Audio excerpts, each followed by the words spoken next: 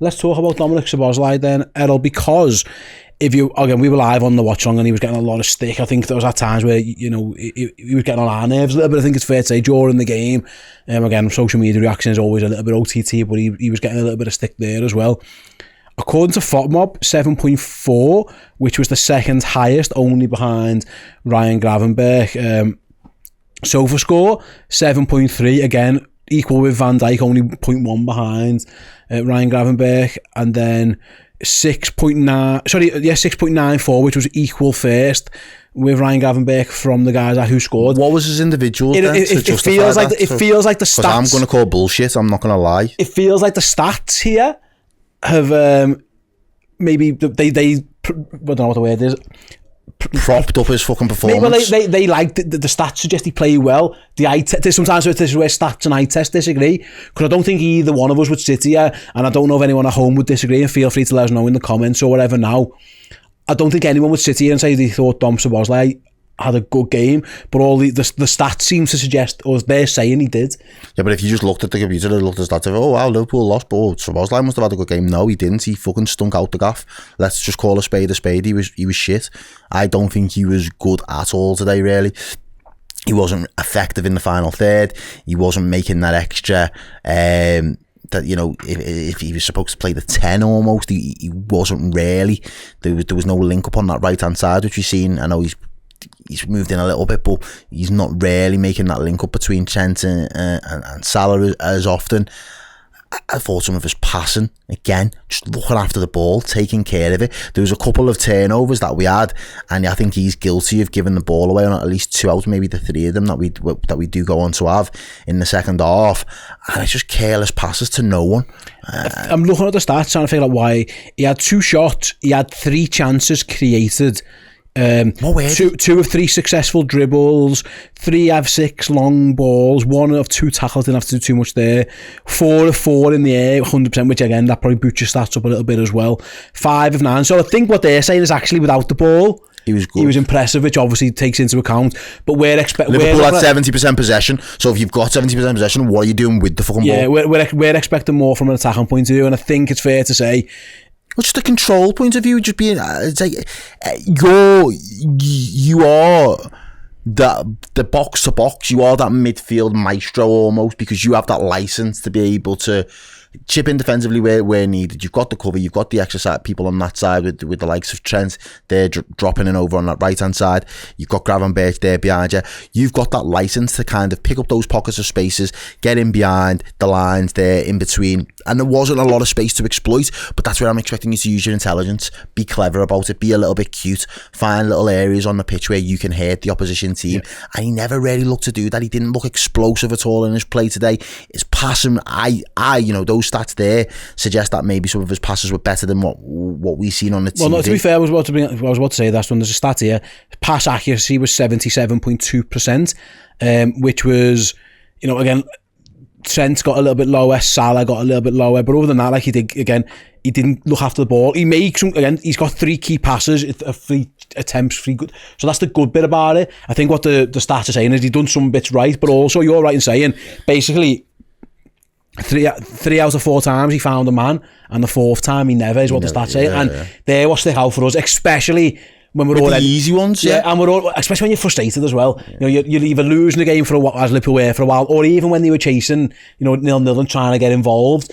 It felt like it just, that right hand side when he was on there, it didn't quite. Him and Salah were never quite on the same wavelength. He goes over to the left, and it felt similar.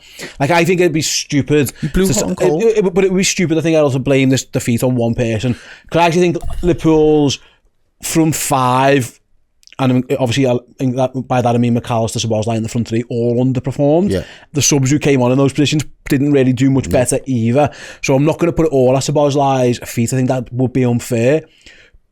However, and again, this might be fitness related, when I saw the board going up, I was quite surprised when he decided to make a change in midfield, that it was McAllister, not him. 100%, because, last year, we sit here this time last year, we were saying, he's the heartbeat, really, and everything that's good at the moment, that's kind of running through Liverpool is Szoboszlai. 12 months on, and it's the complete opposite.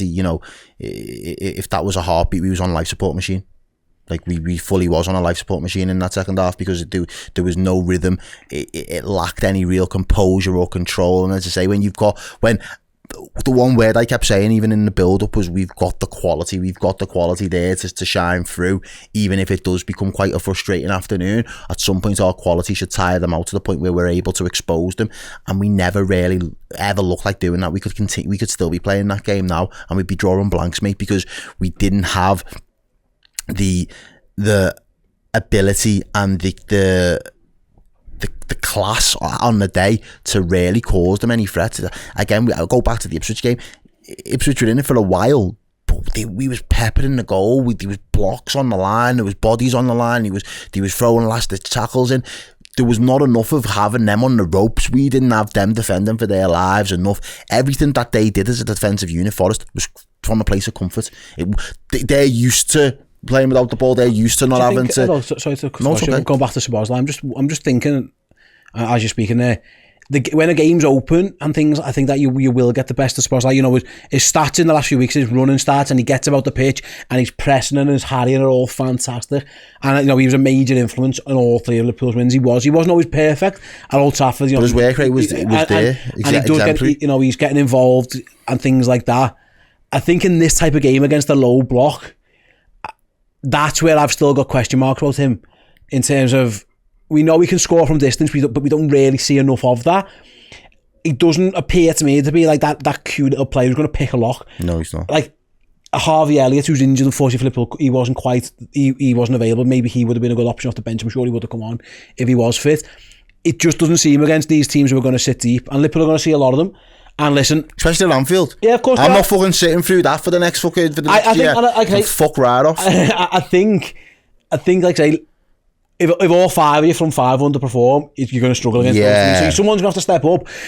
I'm not quite sure. And again, feel free to let me know in the comments or whatever if I'm wrong. It doesn't seem to me like the guy who's going to pick that lock, that little bit of cuteness on the edge of the box. Now, granted, nobody for Liverpool really today looked like they were going to do it, but he is your 10. And you're probably expecting it a little bit more from him. Like I say, he's got the license to do it. That's what I mean. He's got the license to be able to do that. And as you say, protecting the ball in that final third, that's his job. You are that guy. Whether you're going to pick a lock or not, you're meant to keep the move going and keep it flowing. You're not supposed to disturb the rhythm. You're not supposed to be the person when that ball is in that final third that the play breaks down with. And to me, I felt he was guilty of the play breaking down with him more often than not this afternoon. And as you say, the stats might suggest something different, but the way that it looked, whether he was not on the wavelength when it comes to receiving the pass, or whether it was when he was playing the pass into the player, he just carelessly gave it away and he didn't protect it. It was too casual.